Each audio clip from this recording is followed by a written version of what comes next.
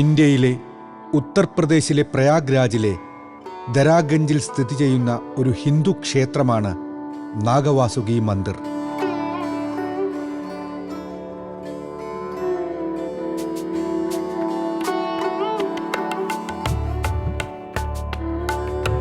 ഗംഗാനദിയുടെ തീരത്താണ് ഇത് സ്ഥിതി ചെയ്യുന്നത്.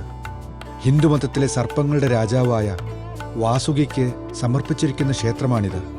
നാഗവാസുകി മന്ദിറിന്റെ ഉത്ഭവം AD 10-ാം നൂറ്റാണ്ടിലേതാണ്.